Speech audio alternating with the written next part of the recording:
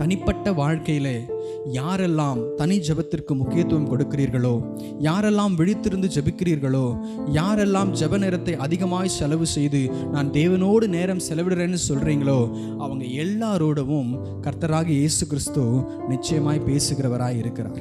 ஜெபம் என்பது இருவழி பாதை. நீங்கள் பேசுகிறத அவர் கேட்பாரு, அவர் பேசுகிறத நீங்களும் என்ன பண்ணணும்? கேட்கணும். அதுதான் ஜெபம். ஜெபம் இல்லாமல் ஒரு கிறிஸ்தவன் இருப்பானே ஆனால் அவன் கிறிஸ்தவனாய் இருக்க முடியாது. அவனுடைய வாழ்க்கையில ஜெப ஜீவியம் இல்லை என்றால் அவன் கிறிஸ்துவுக்குள் ஜீவனோடு இருக்க முடியாது. நீங்கள் ஜெபிக்காதவர்களாய் இருந்து கொண்டு நான் கிறிஸ்தவனாய் இருக்கிறேன், கிறிஸ்தவர்களாய் இருக்கிறேன் என்று சொன்னீங்க அப்படின்னாக்கா நீங்கள் தேவனுக்கு பிரியமானவங்களும் இல்லை, நீங்கள் கிறிஸ்தவர்களும் அல்ல.